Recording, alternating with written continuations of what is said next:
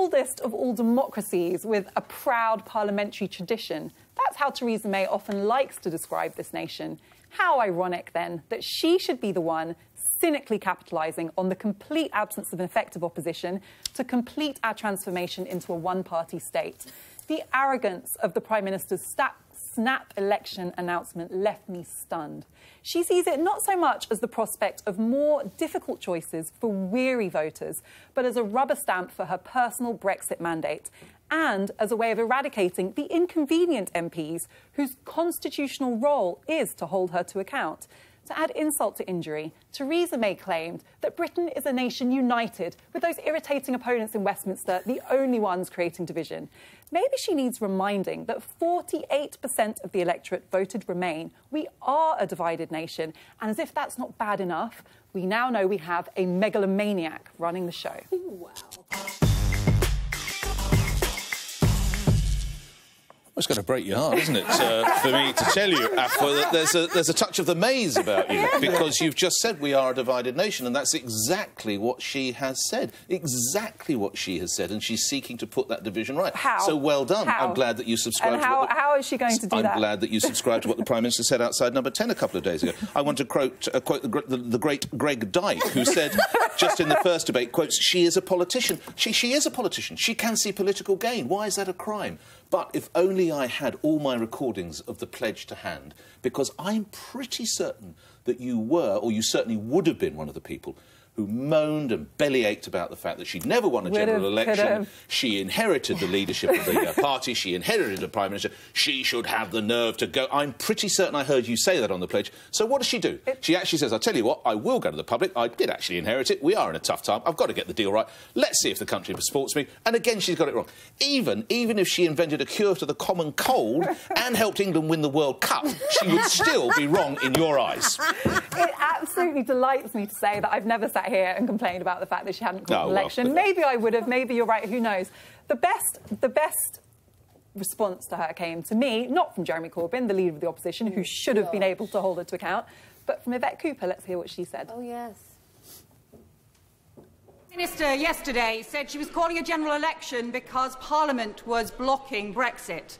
But 3/4 of MPs and 2/3 of the Lords voted for Article 50. So that's not true, is it? Exactly. And a month ago, she told her official spokesman to rule out an early general election, and that wasn't true either, was it? She wants us to believe that she is a woman of her word. Isn't the truth that we cannot believe a single word?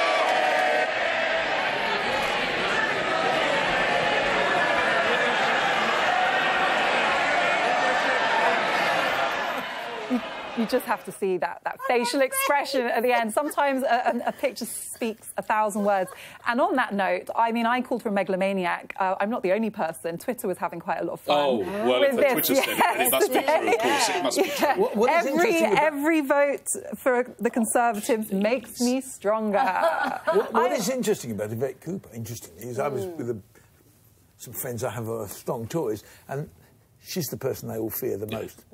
She's really scared of her. That if she became the leader, in many ways, taking you back to when Blair first became leader, the person that they didn't want to be leader was Blair. But didn't you see that in that look from May that we just saw just then? She is, I mean, Corbyn doesn't score a point, does he? Doesn't score a punch. No. She scored a great 2 or 3 punches there. So what do you think, Jean? Because you're, as you said, a lifelong Labour supporter. I mean, I'm not really blaming Theresa May for what she's done. It makes sense. What's really hurting me is the fact that she can so easily, and she's facing such a weak opposition. Yeah, it's like what I said before. Just because you can doesn't mean you should. She's taken such an easy move, and I get it. I understand why. The other thing as well that's happened is because now we've got this general election, nobody's talking about the Tory expenses scandal anymore. So actually, she's managed to get that off the agenda as well, in terms of because there were going to have to be so many. This is the idea that they may have rigged or plowed too much expense money into about 30 seats, including Thanet, exactly. So they were going to have to rerun at least those 30 seats. Now that's all being sort of sorted out with the general election, and therefore they get away with it. It hasn't actually. It will come back after the election, and they'd still have to do. But they get to run again, though, don't they? Legitimately. We're sitting here. Aren't we? You being a little bit pompous. I mean, in the end, She is the leader of a political party that wants to be in power. No. And in the end, she has an opportunity, because of the weakness of the opposition, to actually go for it. No, Greg, as Who I wouldn't? said, I said Michelle come in. Michelle, are you agreeing with Greg? Just got to get this legal point out. Just say there's been no charges as regards the alleged Conservative irregularities, and those elections would not have to be rerun. Apologies, Michelle. I think you're being hysterical over nothing. I do. I just think by most of our agreement, most people would have done exactly the same. We get that. So I have no issues with her for doing it. Yeah. The problem that people are upset about is that there's no strong opposition. That's not her fault. She never did that. She never created that. You called her a megalomaniac. Yep. I actually respect. Take away who it is and what they're doing. For someone to actually have the balls to make the decision. So you said that she'd just done this all on her own. I don't think she will have done. She will have had conversations with her inner circle, with her team, and then she would have reached the decision on her own, perhaps. And that's what she's supposed to do as the leader. We want a strong leader that's able to make decisions. I think that's what she is, whether or not you agree with those decisions. But everybody would have done the same. I mean, so I don't get what your problem is. Just to clarify what my problem is, I've agreed. It makes sense what she's done. Totally. Any political leader who sees that they could easily win an election. For me, it's the tone of the debate. It's the tone of what she said. If you listen to her statement, the idea that this is to heal a divided nation, when, as we know, that is a complete lie. The idea that this is not so much an election for people. We have all been to the polls twice in the last years. It's going to be difficult for us, those of us who voted Remain, not because we're saboteurs, as the Daily Mail said, but because we think that's in the best interest of the country, to act like this is just a box-ticking exercise for her to go to Brussels. You know very well who are we going to vote for. Because Michelle's nailed it. Michelle's got you because you're angry because the Labour Party is disintegrated. And I think someone else is talking about that in more detail. But so this actually is the opportunity for all you Remoners, all you people who keep saying, oh, 48% of the country. Great, you're going to have a whole slew of MPs you can vote for. Lib Dems, Labour, Greens, the whole damn lot. Vote for. But you know it'll be an even bigger mandate, and you can't handle the truth. You know what? I think I think that she is underestimating the extent to which people are unhappy with the direction she's taking the country. Well, then she's going to lose. I'm not saying she's going to lose, but I think that I would have liked to have seen a little bit more humility and recognition that we are a divided nation. We face difficult choices.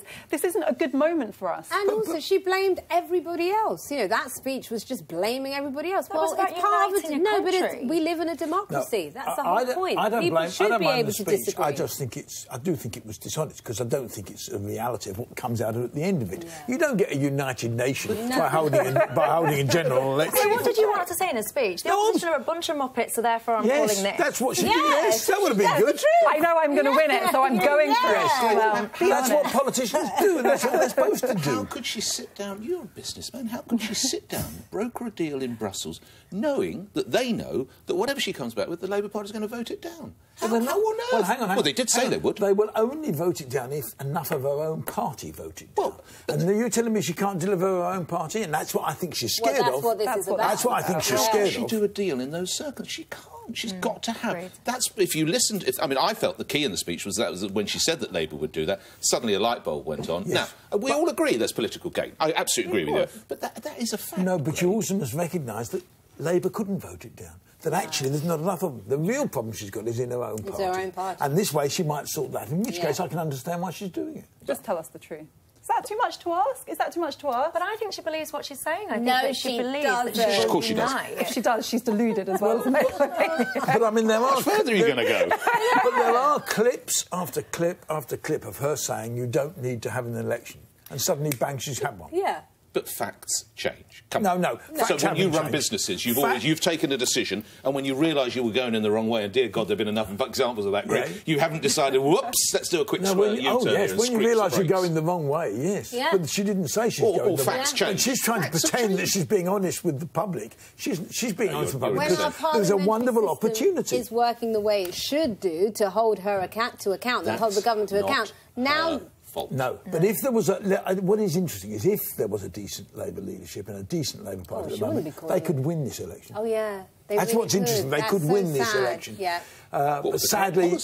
No. Not with this lot. No, well, I said with the decent leadership. Even with some of the policies aren't so bad. It's the leadership that's terrible.